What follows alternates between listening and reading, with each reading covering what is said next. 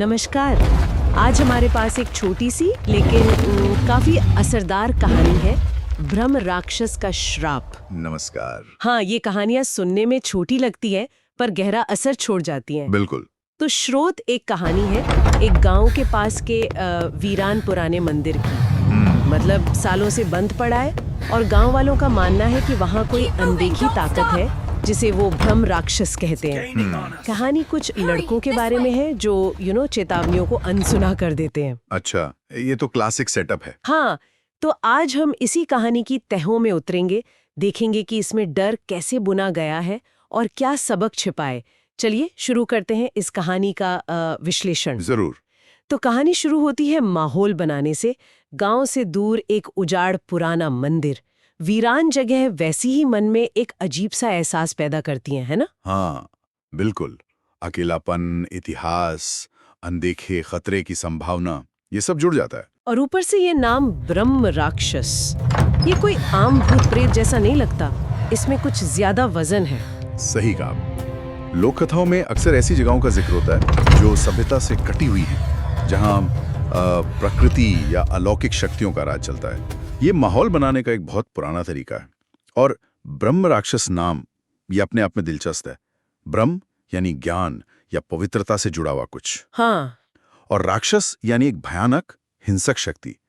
तो ये विरोधाभास ही इसे ज्यादा खतरनाक और रहस्यमयी बना देता है। ये संकेत देता है कि ये कोई साधारण आत्मा नहीं, बल्कि ज्ञान और शक्ति रखने वाली, पर हाँ, श्रापित इकाई है। हाँ, ये बहुत सोचने वाली है। मतलब ये सिर्फ डरावना नहीं, बल्कि शायद किसी बिगड़े हुए ज्ञानी या पंडित की आत्मा जैसा कुछ। कहानी इस पर ज्यादा नहीं बताती, पर नाम से ही ये अंदाजा लगता है। बिल्कुल, यही लोक कथाओं की खूबी है, वो कल्पना के लिए जगह छोड़ देती हैं। और फिर आते हैं कहानी के हीरो, या कहें एंटी हीरो, रवि, जो अपने दोस्तों के साथ हेलोवीन की रात को मंदिर देखने जाता है। हेलोवीन, अच्छा। हाँ, मतलब मुसीबत को न्योता। हेलोवीन का जिक्र भी थोड़ा आजकल का लगता है। शायद कहानी सुनाने वाले पर थोड़ा मॉडर्न असर हो, पर डर का सोर्स तो एकदम देसी है। ये हेलोवीन वाला पॉइंट वाकई दिलचस्प है। ये दिखाता है कि कैसे पुरानी लोक कथाएं भी नए जमाने के रंग में रंग जाती हैं, या फिर सुनाने वाला उसे आज के हिसाब से ढाल लेता है। लेकिन मूल बात वही रहती है, युवाओं का रोमांच, खतरे को कम आंकना। हाँ, रवि का किरदार इसी युवा जोश और अविश्वास का प्रतीक है। वो उस उम्र में है जहाँ पुरानी कहानियां और चेतावनियां सिर्फ किस्से लगती हैं, डर नहीं लगता। और सबूत, मंदिर के दरवाजे पर लिखा वो शिलालेख, जो इसे छेड़ेगा उसकी आत्मा कभी शांति न पाएगी। साफ साफ चेतावनी, कोई घुमा फिरा कर बात नहीं। बिल्कुल सीधी चेतावनी। पर रवि का रिएक्शन हंसते हुए कहता है ये सब किस्से हैं, डरने की जरूरत नहीं।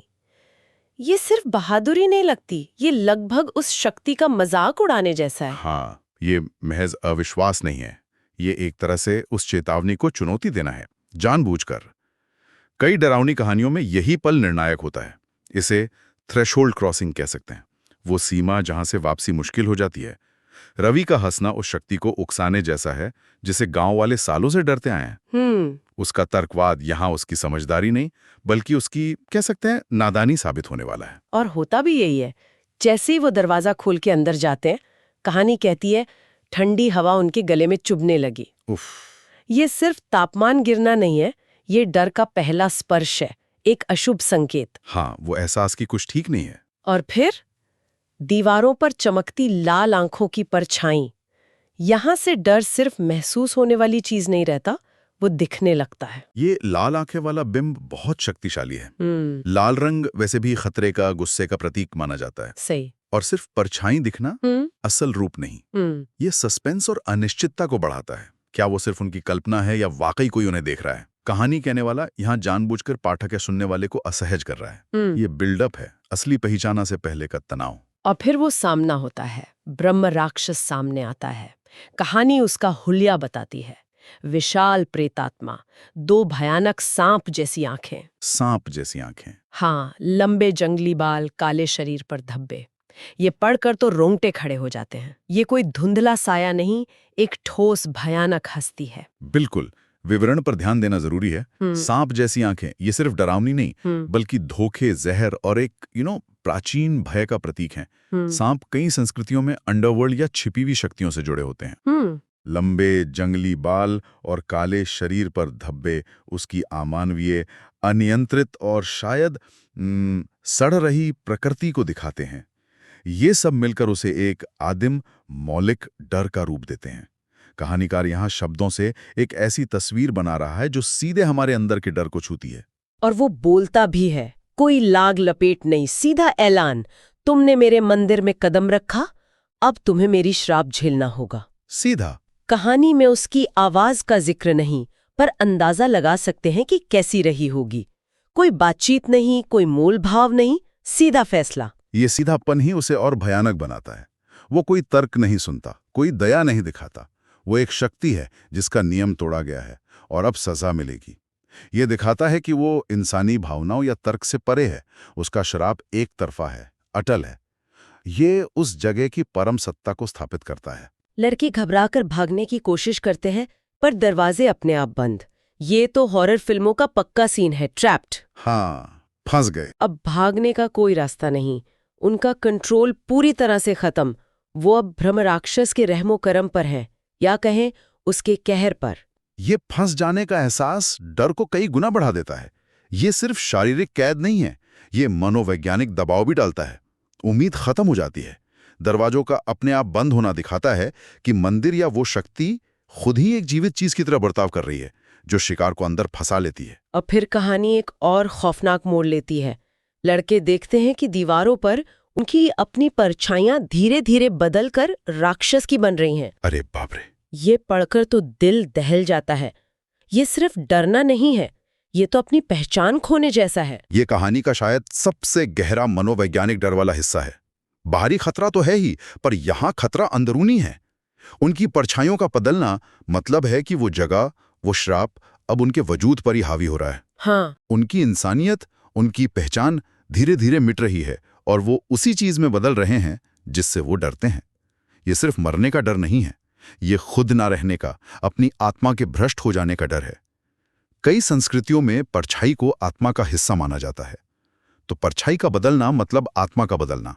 क्या ये सचमुच हो रहा था या ये उनके डर का वहम था? कहानी तो इसे असलियत की तरह बताती है। शायद ब्रह्म राक्षस सिर्फ जान नहीं लेता, वो आत्मा को भी अपने जैसा बना लेता है। ये एक अच्छी बहस है।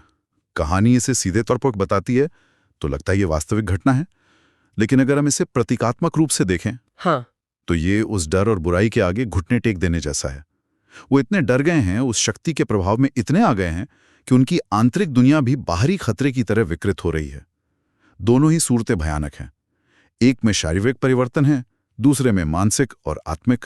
वाकई। और फिर आता है क्लाइमैक्स। रात के ठीक 12 बजे। ये समय वैसे भी कहानियों में अशुभ माना जाता है। हाँ, अक्सर माना जाता है। ब्रह्म राक्षस एक भयानक गर्जना करता है और उनकी आत्माओं को मंदिर की दीवारों में कैद कर लेता है। बस खेल खत्म। दीवारों में कैद। हाँ, कोई बचने निकला, कोई दूसरा मौका नहीं मिला। अंत बहुत क्रूर और निश्चित है। रात के 12 बजे का समय अक्सर अलौकिक दुनिया और हमारी दुनिया के बीच के पर्दे के हटने का समय माना जाता है। इस समय पर अंतिम घटना का होना इसे और प्रभावी बनाता है। और आत्माओं को दीवारों में कैद करना, ये सिर्फ मारना नहीं है, ये उन्हें हमेशा के लिए उस जगह का हिस्सा बना देना है। एक अनंत कैद। बिल्कुल। ये सजा उनके अपराध मंदिर को छेड़ने से कहीं ज्यादा भयानक लगती है। अगली सुबह गांव वाले आते हैं। मंदिर के बाहर सन्नाटा, अंदर खाली पवित्र घंटियां। कहानी कहती है कोई अंदर नहीं जा सका। कोई नहीं जा सका। हाँ, जैसे मंदिर ने खुद को हमेशा के लिए बंद कर लिया हो, अपने राज और अपने कैदियों के साथ। ये मंदिर का दुर्गम हो जाना बहुत महत्वपूर्ण है। ये दिखाता है कि जो हुआ वो बाहरी दुनिया के लिए एक रहस्य बनकर रह गया है। मंदिर अब सिर्फ एक इमारत नहीं, बल्कि उन लड़कों का मकबरा और ब्रह्म राक्षस का किला बन गया है। खाली घंटियां शायद इस बात का प्रतीक हैं कि वहां अब कोई पवित्रता नहीं बची, या शायद उन फंसी हुई आत्माओं की खामोश चीखें हैं जो बाहर नहीं आ सकती। ये उस जगह के स्थायी रूप से अपवित्र हो जाने का संकेत है। और इसी घटना से बनती है किंवदंती। कहानी के आखिर में कहा गया है कि लोग मानते हैं रवि और उसके दोस्तों की आत्माएं आज भी वहीं भटकती हैं।